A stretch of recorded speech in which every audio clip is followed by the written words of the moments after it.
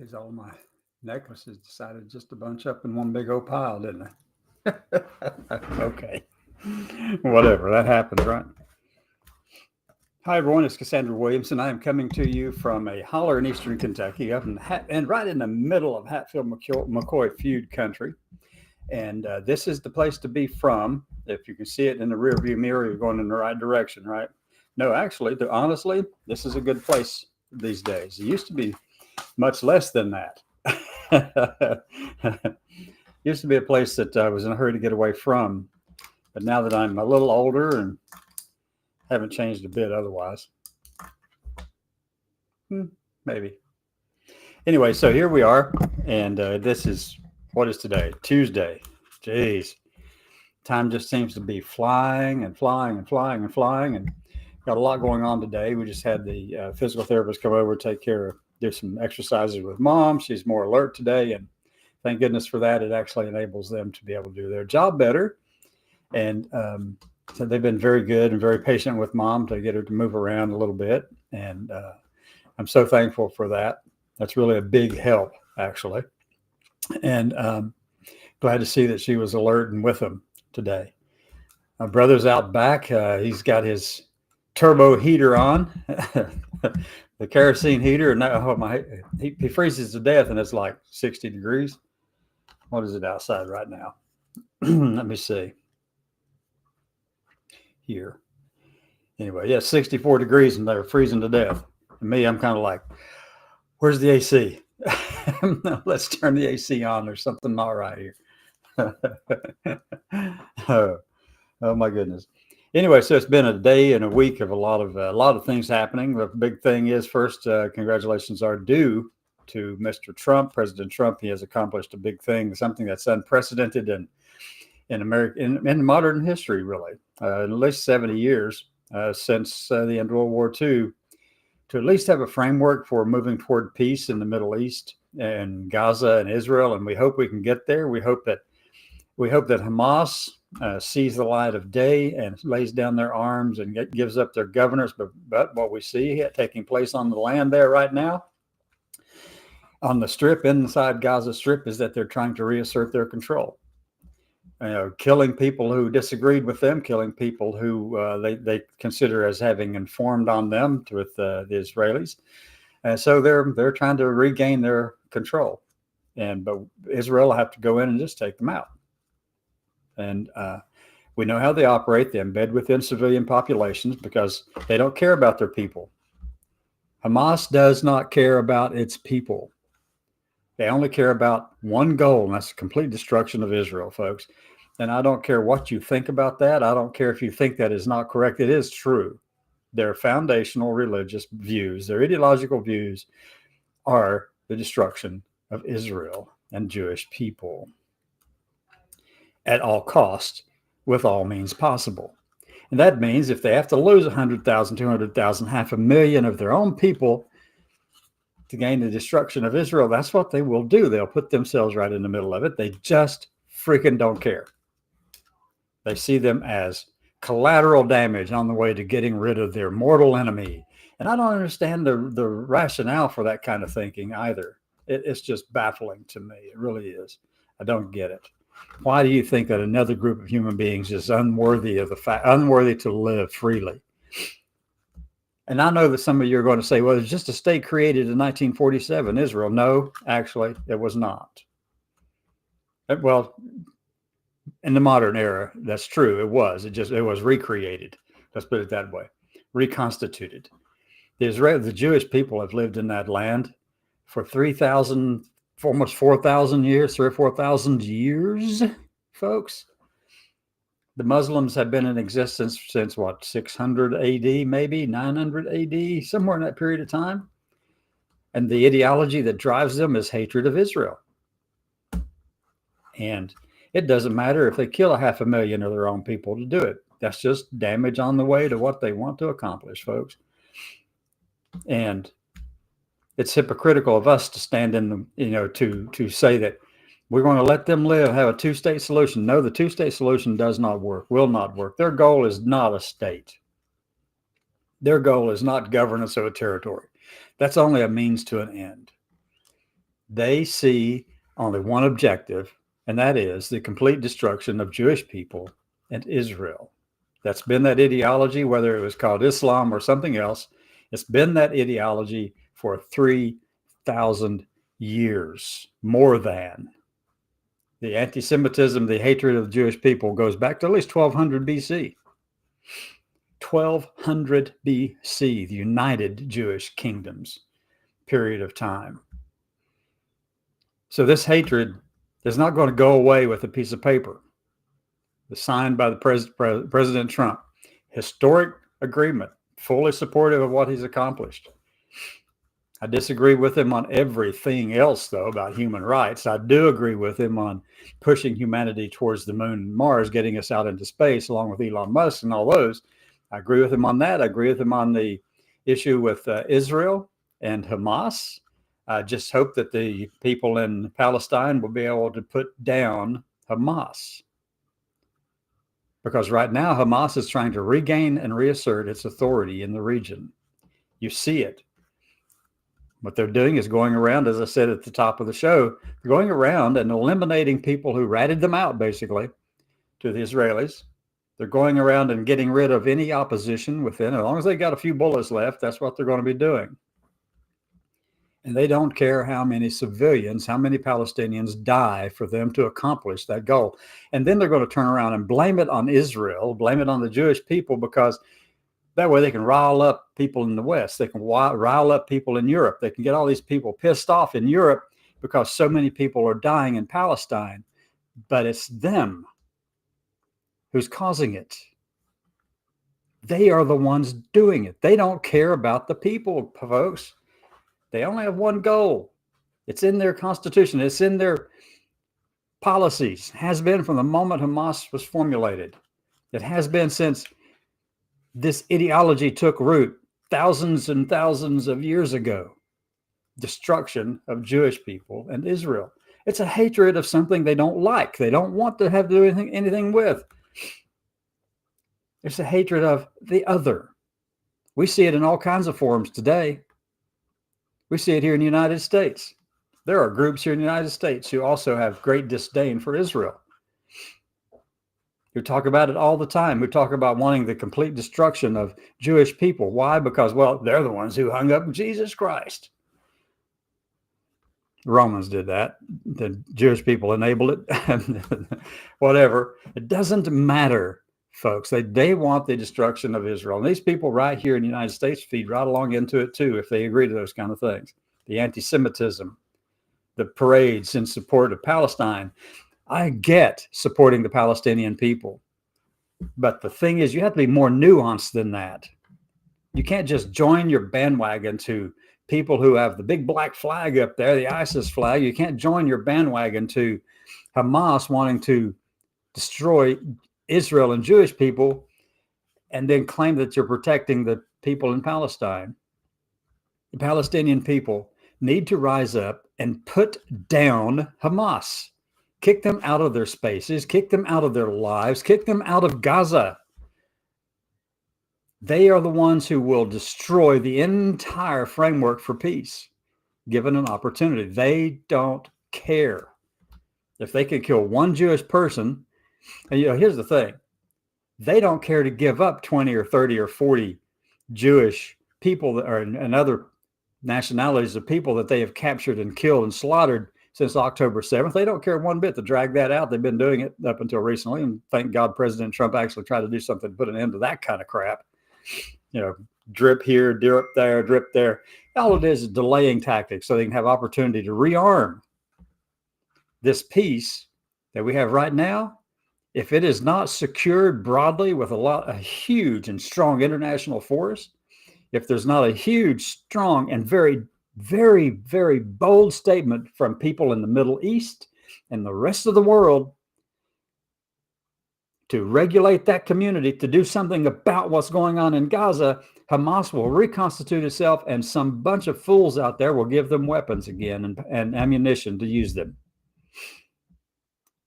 And I wouldn't blame Netanyahu one bit to go in there and strike and take out that. Whenever I see pictures of Hamas standing along the streets and stuff like that, you know what I think? Target practice.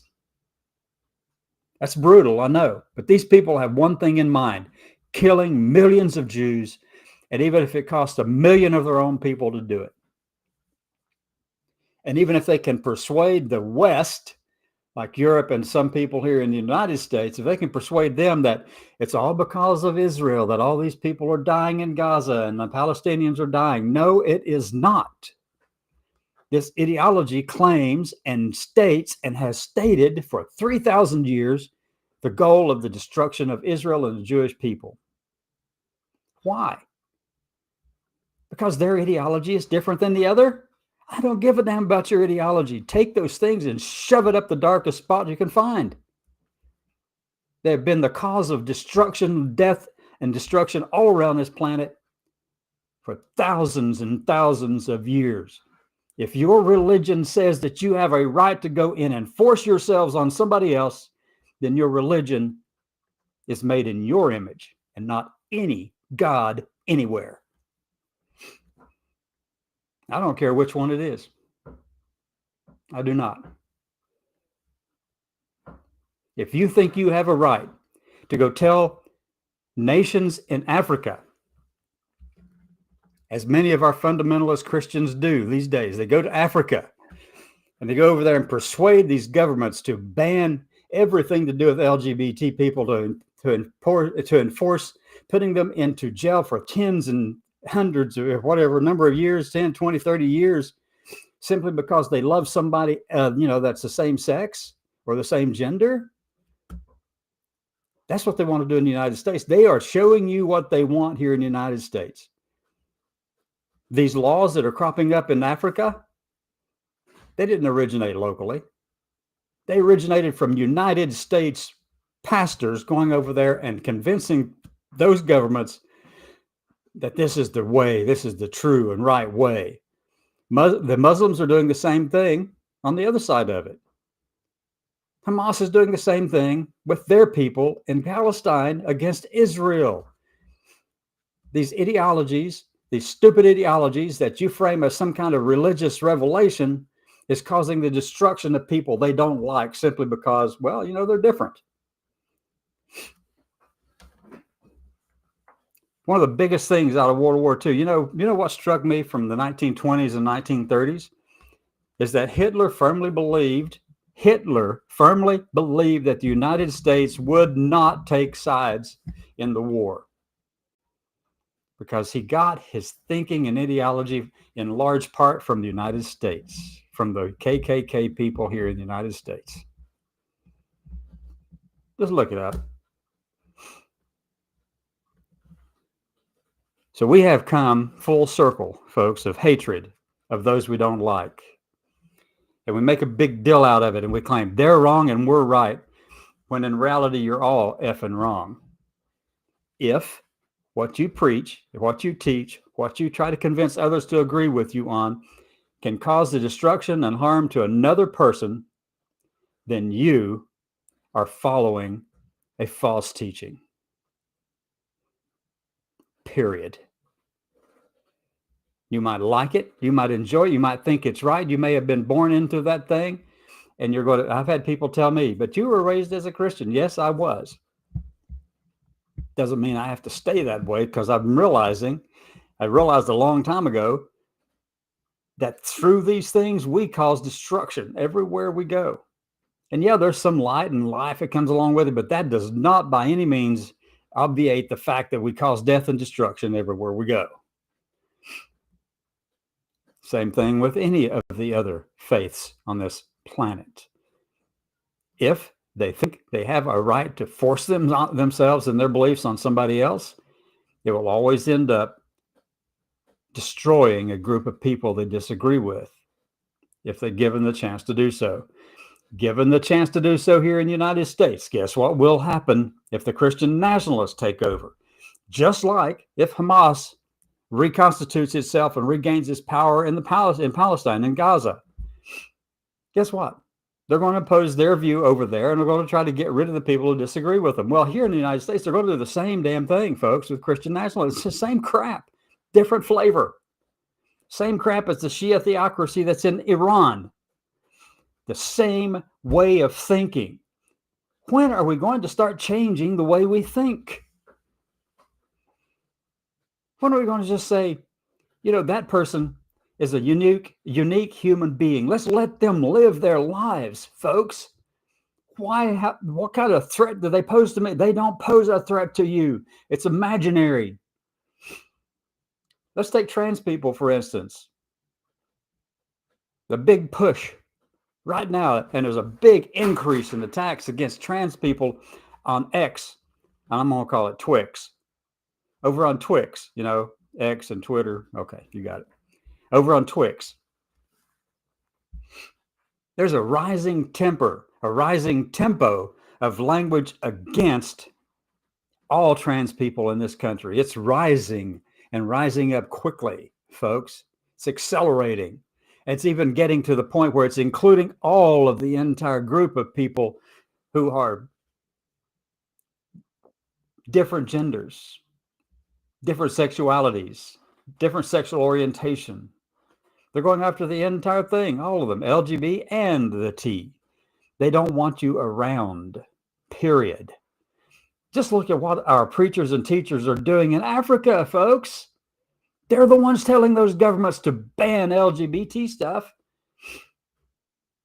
to ban anything to do with any of it. Viktor Orban, what do you think he's doing? He's not stopping with the kids. He's not stopping with trans. He went after the whole darn thing, including women's studies and gender studies and LGBT, everything, and tried to stop the parades and stop the pride presentations and events this past year. People rose up against it. You got people doing the same stuff here. But guess where Viktor Orban gets all that stuff from? Alliance Defending Freedom. Heritage Foundation, CPAC, here in the United States. He has borrowed it whole hog and tried to implement it across the whole of Hungary. Viktor Orban. Putin has done the exact same thing in Russia under the guise of his Orthodox Christian views. But he doesn't care about any Orthodox Christianity at all. He doesn't care about any of the religions, folks. That person is just as amoral as Trump. But he's in the position of power, and he has been and will continue to do so, and he's looking to live forever. I mean, we've caught him talking about it with Z, right? We can just live forever. We just get more body parts and just replace the ones we have. Yeah. These people are serious. He is serious. All he has to do is replace a part. He can keep going. How long? I don't freaking know. But his anger and resentment towards people he disagrees with, particularly LGBT and trans people in Russia, has translated in the complete dismissal of anything to do with any of those people. Let me give you an example right here in the United States. The Daily Caller wrote an article just the other day talking about what Gavin Newsom had signed into law in California. Signed into law that on the student ID badges, there would be something that identified the Trevor Project on there for trans people, trans kids, if they needed someone to talk to. That was by law required on their student IDs. Well, Gavin Newsom signed into law. The Daily Caller points it out and says, this radical bullcrap that we're doing over in California, I mean, here's what Gavin Newsom is doing. He's encouraging the radicalization of our students. By what? Giving these students an opportunity to talk to someone if they are feeling like down and out and suicidal, giving them an opportunity to talk to someone who may understand them. No, they're pushing back against all of it. LGBT, everything. Matthew Shepard, the foundation, the entire thing. Stuff I've seen here lately, it's that anniversary again. And people are going after Matthew Shepard. And I actually had an opportunity to meet one of his cousins up in, whatever state it was. Wyoming, I think. The cousin worked for the VA. I had an opportunity to meet. They were first cousins, I think. Good person.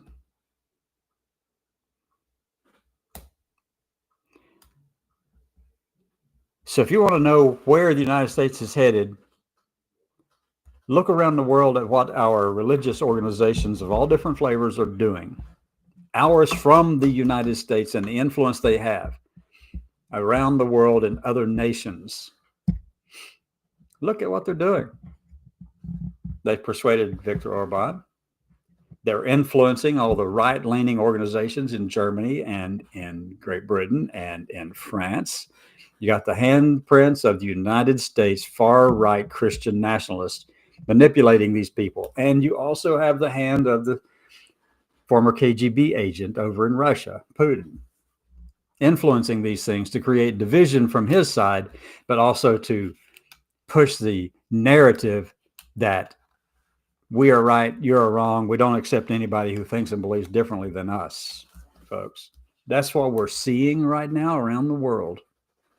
You go into Africa, you can find the handprint of all the major large evangelical far-right Christian groups there, influencing policy and legislation within those countries to exclude people they don't like. We have here in the United States, Doug Wilson with tremendous influence within our Department of War. You've got J.D. Bowman Vance.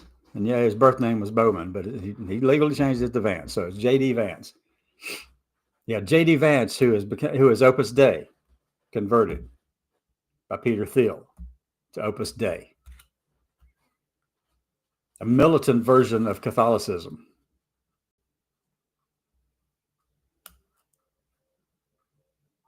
Folks, we're headed down a deep and dark path that it will take generations for us to recover from. And I hope you are prepared. I hope you are getting yourselves ready. I hope that you learn how to stand tall for yourselves and fight for yourselves, but don't do it with violence. It will blemish the entire community you think you represent, especially if you are a small minority within that community. If you're the 1.5 or 6 million trans people in the United States, and you're one of those people throwing Molotov cocktails at the police or launching little rockets at them or sparklers or throwing rocks and whatever at them, you will become the reason they decide to attack the whole community. They are looking for a reason. And if you give it to them, you are responsible for what happens afterwards for all of us.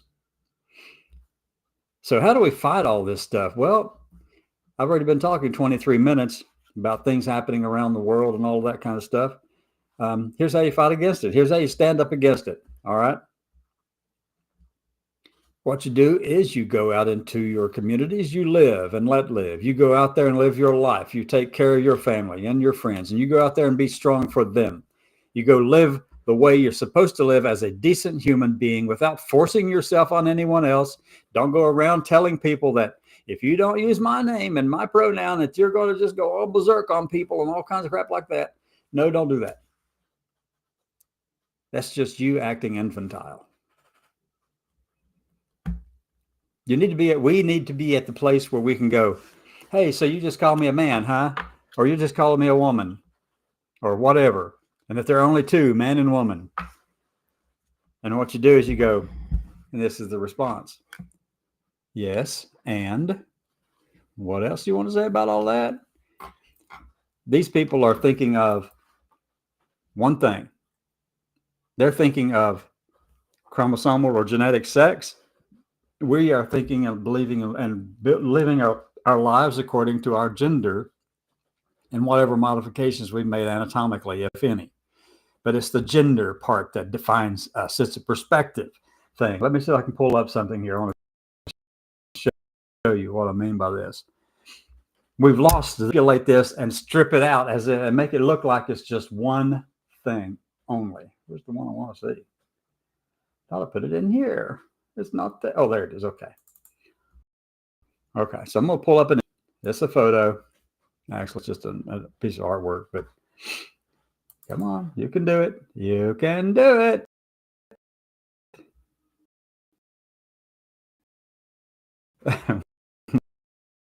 Waiting on my system to come up and bring me the image. I'm going to take time. So here we go. I'm going to share a screen with you. I want to show you something.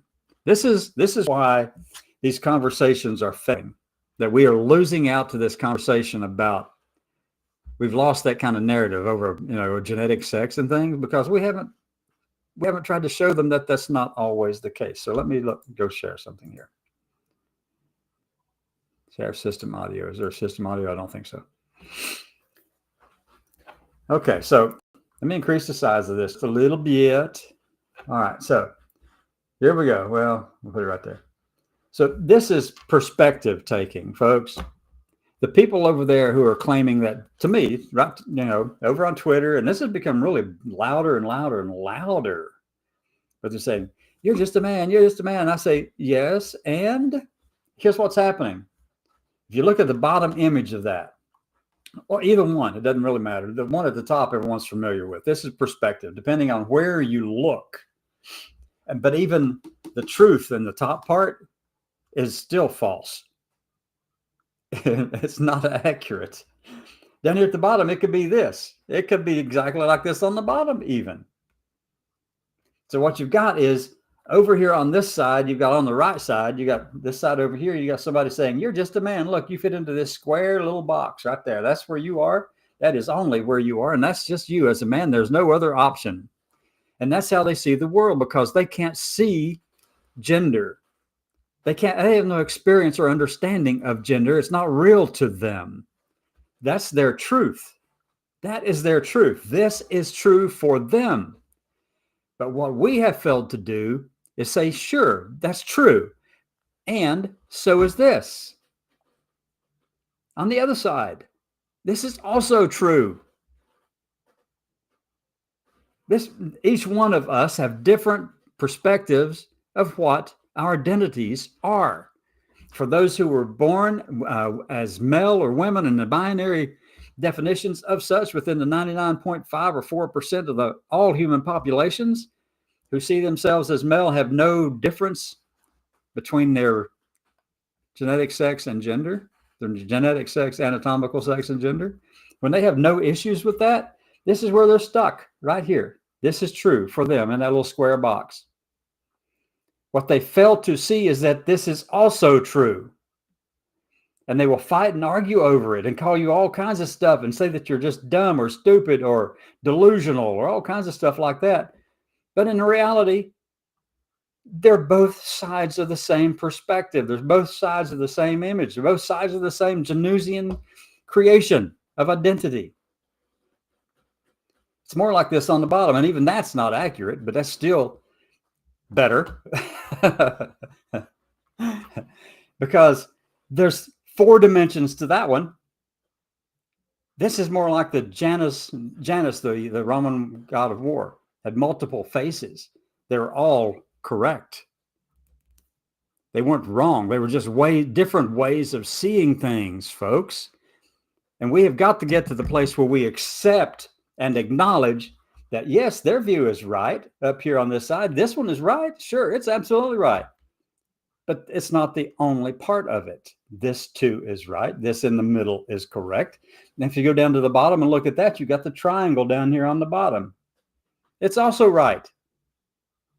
All 3 perspectives are right. No one side has a right to claim that they are more right than the other. It's just a matter of perspective. And that's the thing we have to push against.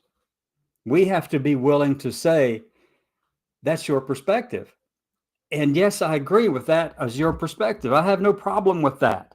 I don't have a problem acknowledging that I have XY chromosomes, that my genes say that I am male, that I was born anatomically male, that I am now anatomically female, and that my gender has always been female. I don't have a problem with any of that. Look, this is all right there. All of it is true.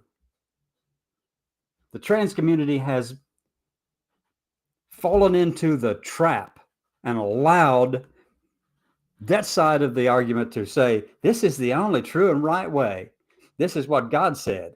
Well, God also created the whole darn thing over here if you believe in God. He created this entire thing down here too. But yeah, you're stuck on one aspect of it. One aspect of what this creation is all about, this identity that makes us who we are, that makes you who you are. That's what we have done. We've allowed this side to claim they're the only way and correct way, folks. It's a square peg fitting into a square spot. But it's just one part of this Januszian identity that makes up all humans. Some sides are stronger than others for some people. So the gender is stronger for me over here. Over here on this side, genetic sex is stronger for them. Down here on this side, well, I don't know who the triangle represents. Got any ideas? But it's a possibility. Okay, it doesn't mean it doesn't exist. It just means that it's not as vocal as the other two. Oh, right here. This would be it. Let me see. This would be here. You have genetic sex. We've got, this is the only focus they see. Over here on this side, you've got gender. And I'm going to recreate a lot of this stuff to kind of put all these things together. And then down here, you got all those that just say gender is fake. Gender, well, I don't agree with gender at all. And I don't agree with, the genetic sex, and I don't agree with the gender. I'm just not any of those things. Well, that's also a true perspective. Who are we to tell them their perspective is wrong? Who are we to try to force our perspective on somebody else?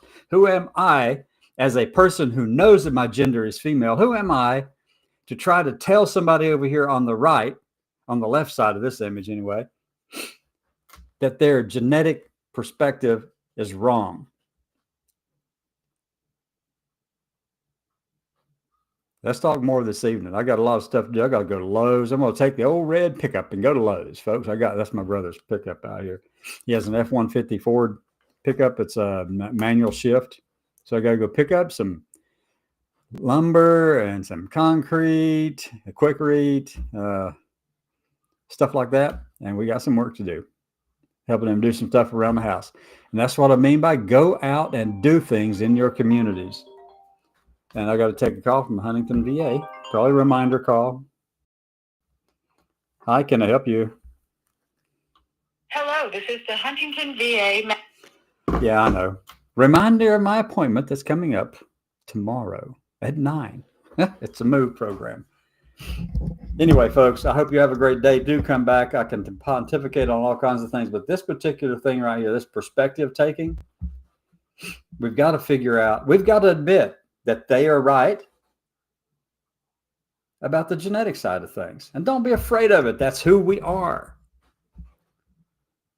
We're not likely to persuade them that gender is right also, but it particularly is difficult whenever you claim that your perspective of gender is the only true and right way. Or down here at the bottom, you have no gender whatsoever. Down at the bottom down here. When we start saying and speaking in absolutes, my way or the highway, it's only about gender, or it's only about genetics, or it's only about no gender, and neglecting the fact that in here in the middle is the complete identity. When we do that, we are becoming part of the problem and not the solution. So let's all figure out a way for us to go out of Mudlick. Mudlick Road. That's where I'm located. Right here in Mudlick Road in Hardy, Kentucky, in Pike County. Hatfield, McCoy feud country, folks, in Pike County, right near the Tug River, right in the corner of West Virginia on one side where I was born, and Virginia near here, and Kentucky, all right here where people shot it up over a pig and a girl after the Civil War. Y'all have a good day.